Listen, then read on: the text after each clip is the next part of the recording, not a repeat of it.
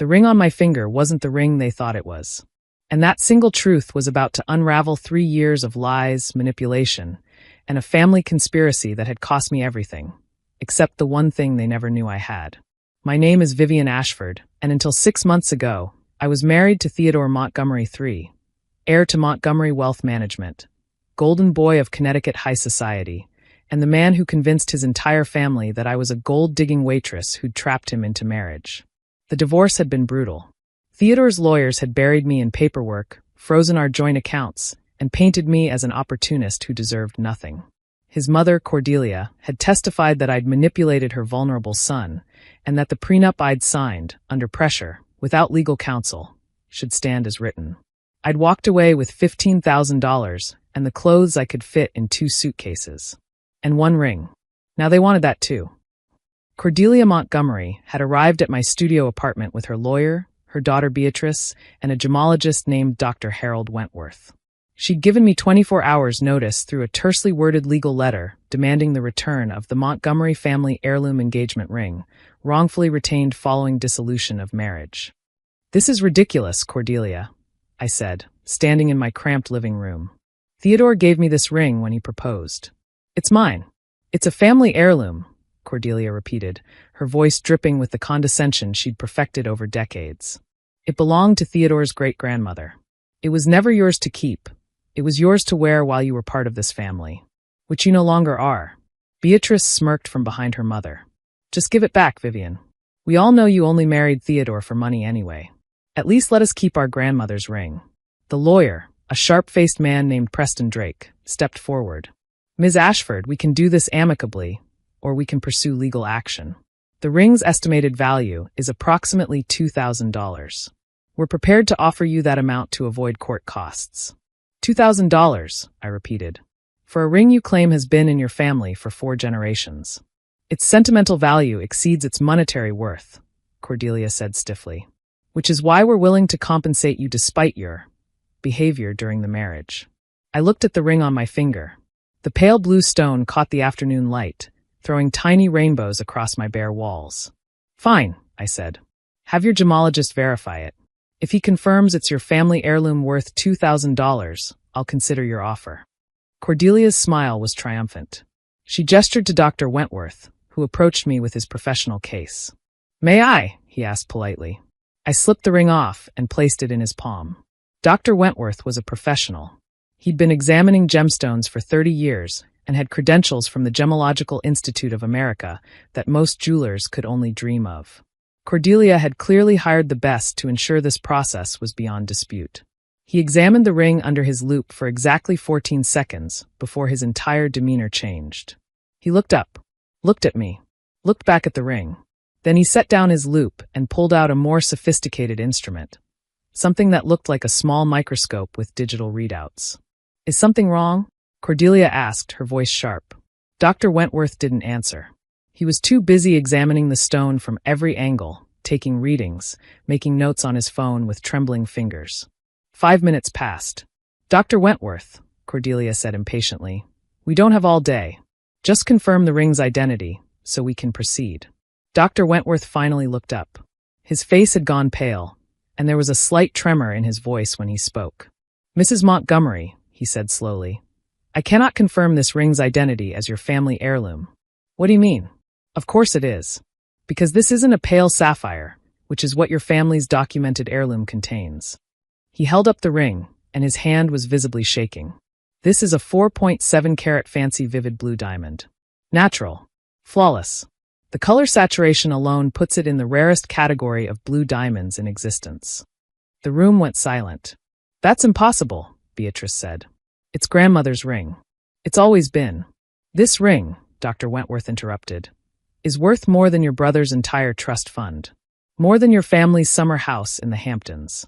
This single stone, based on current market values for comparable fancy vivid blues, is worth between $3.50 and $4.2 million. He turned to me, and I saw genuine confusion in his eyes. "Ms. Ashford, where did you get this ring?" I'd met Theodore Montgomery at a charity gala in Manhattan 3 years ago. I wasn't there as a waitress, despite what his family later claimed. I was there as a guest, invited by the foundation's director, who happened to be a close friend of my grandmother's. My grandmother, Marguerite Delacourt, had been one of the most celebrated jewelry designers of the 1960s and 70s. She'd created pieces for Jackie Kennedy, Elizabeth Taylor, and Grace Kelly. She'd been featured in Vogue, Harper's Bazaar, and Women's Wear Daily. Her designs were in museum collections around the world. But by the time I was born, her fame had faded. She'd retreated from public life after my grandfather's death, living quietly in a small house in Vermont, surrounded by her remaining pieces and her memories. When she passed away during my senior year of college, she'd left me everything, which, according to the estate lawyer, amounted to about $47,000 in savings, a house that needed significant repairs, and costume jewelry of negligible value. I'd kept the jewelry in a safety deposit box, wearing pieces occasionally because they reminded me of her, never thinking much about their actual worth. When Theodore proposed, I'd been wearing one of grandmother's rings, a delicate band with a pale blue stone that she'd always called her rainy day piece. "That's beautiful," Theodore had said, noticing it. "Is it a sapphire?" "I think so. It was my grandmother's." "It looks just like my great-grandmother's ring," he'd said, examining it. "Same color, same vintage setting. What a coincidence." When he proposed 2 months later, he'd slipped a different ring on my finger, the Montgomery family heirloom, a pale sapphire in an antique setting that did, admittedly, look remarkably similar to my grandmother's piece. I'd put my grandmother's ring in my jewelry box and hadn't thought about it again. Until the divorce. The divorce had been Theodore's idea, announced 3 weeks after I'd discovered he'd been having an affair with his executive assistant for 2 years. When I'd confronted him, he'd laughed. "What did you expect, Vivian? You were a charity case I felt sorry for. A project. Did you really think I was going to spend my life with a woman who can't even tell the difference between a salad fork and a dessert fork?" The cruelty had been breathtaking, and it had only gotten worse once lawyers were involved. Theodore's family had closed ranks. They'd testified that I was unstable, that I'd married Theodore for money, that I'd contributed nothing to the marriage. The prenup I'd signed, the one Theodore had presented to me the night before our wedding, when I was too overwhelmed to read the fine print, had protected everything. I'd left with nothing. Almost nothing. In the chaos of packing, Theodore had grabbed his family's ring from my jewelry box, but he'd grabbed the wrong one. He'd taken his great-grandmother's sapphire and left me with my grandmother's rainy day piece. I'd only noticed a week later. The rings looked almost identical at a glance, but the weight was slightly different. The setting had subtle variations. I'd assumed Theodore would realize his mistake and demand an exchange. But he never had, because Theodore, for all his breeding and education, had never looked closely enough at either ring to tell them apart. And now his mother had brought a gemologist to my door, demanding I return what she thought was her family's $2,000 heirloom. She'd just discovered that I owned a $4 million diamond. Cordelia's face had gone through several shades of red before settling on a mottled purple. "That's impossible," she said. "That ring, that's our ring. Theodore gave it to her when he proposed. She must have switched the stones. She's a con artist. I've always said she was a con artist." Dr. Wentworth shook his head. "Mrs. Montgomery, I assure you, this stone has not been switched. The setting shows no signs of tampering. The craftsmanship is consistent with mid-century French jewelry design. I would estimate this piece was created between 1955 and 1965. The stone itself is natural, not lab-created, with characteristics that place its origin in South African mines." He paused, examining the band more closely. "There's an inscription here," he said. "Very small. MD to MD, forever blue. Does that mean anything to you?" I felt tears prick my eyes. "Marguerite Delacourt to Marcel Delacourt. My grandparents. He gave her that ring on their 25th wedding anniversary." Dr. Wentworth's eyes widened. "Marguerite Delacourt? The jewelry designer? My grandmother. Good God." He set down his instruments and looked at me with something approaching reverence.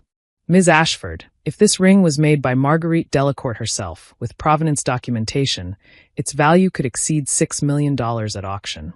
Possibly more. Her pieces are considered masterworks. Museums compete for them." The silence that followed was deafening. "This is fraud," Cordelia finally sputtered. "She's lying. She's been planning this from the beginning. She married Theodore to..." "To what?" I interrupted, my voice steady for the first time since they'd arrived. To wait 3 years for you to demand a ring back that was never yours? To somehow predict that your son would grab the wrong ring from my jewelry box? To hope that you'd hire a gemologist who would discover my grandmother's work? I stood up. Your family ring, the actual Montgomery heirloom, is probably still in Theodore's possession. He took it from my jewelry box the day I moved out. I noticed the switch a week later, but assumed he'd eventually realize his mistake. I held out my hand, and Dr. Wentworth, almost reluctantly, returned my grandmother's ring. This ring, I said, slipping it back on my finger, has been in my family for 60 years. It has nothing to do with the Montgomerys. It was never part of my marriage to Theodore, never listed in any prenuptial agreement, and is therefore entirely, completely, unquestionably mine. I turned to Preston Drake, whose legal confidence had evaporated entirely. I believe you came here to offer me $2,000 for what you thought was a family heirloom. Since that heirloom is apparently still in Theodore's possession, I suggest you take this matter up with him. I walked to my front door and opened it. Now, if you'll excuse me, I have an appointment with an auction house to schedule. The aftermath was spectacular. Theodore, confronted by his furious mother, finally checked his jewelry box. Sure enough, the Montgomery family heirloom was there. The pale sapphire he'd grabbed by mistake, worth approximately $1,800 according to a subsequent appraisal. He'd had my grandmother's $4 million diamond in his possession for 3 weeks after our separation and had thrown it into a drawer without a second glance. The irony was exquisite. My grandmother's ring sold at Christie's 4 months later for $7.2 million, a record for a Delacourt piece. The auction made national news, and suddenly everyone wanted to know about Marguerite Delacourt's previously unknown granddaughter. I used the money to do 3 things. First, I hired the best lawyers in New York to challenge my divorce settlement. With proper representation, we discovered that Theodore's lawyers had failed to disclose several marital assets, and that the prenup had been signed under conditions that rendered it unenforceable. The settlement was renegotiated significantly in my favor. Second, I established the Marguerite Delacourt Foundation for Emerging Jewelry Designers, funded with $2 million from the auction proceeds. My grandmother had always believed in nurturing new talent. Now her legacy would continue. Third, I had my grandmother's remaining pieces professionally appraised. The costume jewelry of negligible value from her estate turned out to include 17 original Delacourt designs worth a combined $12.3 million. The estate lawyer who dismissed them as worthless was quietly fired by his firm. Theodore tried to contact me after the auction made headlines. His messages ranged from apologetic to accusatory to pleading. You could have told me, one of them read. If I'd known what that ring was worth, I never would have. Never would have what? Treated me like garbage? Called me a charity case? Cheated on me for 2 years? I didn't respond. Cordelia, predictably, attempted to claim that the ring had been a gift from Theodore and therefore should be considered marital property. Her lawyers quickly informed her that this argument had no legal merit whatsoever, especially since I had documentation proving the ring's provenance, and her own gemologist had testified that it was clearly not the Montgomery heirloom. She sent me a letter 2 months after the auction. It wasn't an apology. Cordelia Montgomery would never apologize, but it was an acknowledgement of sorts. I may have misjudged your background, she wrote. Your grandmother was clearly a woman of considerable talent. I framed the letter and hung it in my new apartment. A penthouse overlooking Central Park that cost more per month than Theodore's family had offered me for my worthless ring. Last month, I attended my first major society event since the divorce, a charity gala for the Metropolitan Museum of Art. I wore a vintage Delacourt necklace that my grandmother had created for a European princess in 1968. Theodore was there with his new girlfriend, a woman who I noticed bore a striking resemblance to me 3 years ago. Young, eager, impressed by his family name. When he saw me, his face went pale. When he saw the necklace, he went paler. I smiled graciously, accepted a glass of champagne from a passing waiter, and walked right past him without a word. Some conversations don't require words. They thought I was a gold digger who'd trapped their precious son. They demanded I return their $2,000 family heirloom. The gemologist found a $7.2 million masterpiece that had been in my family for 60 years. My grandmother always said that ring was for a rainy day. She just never told me it would buy me an umbrella factory. And that's the only inheritance that matters. Not money, not status, not family names. The people who truly love you always find a way to take care of you, even from beyond the grave.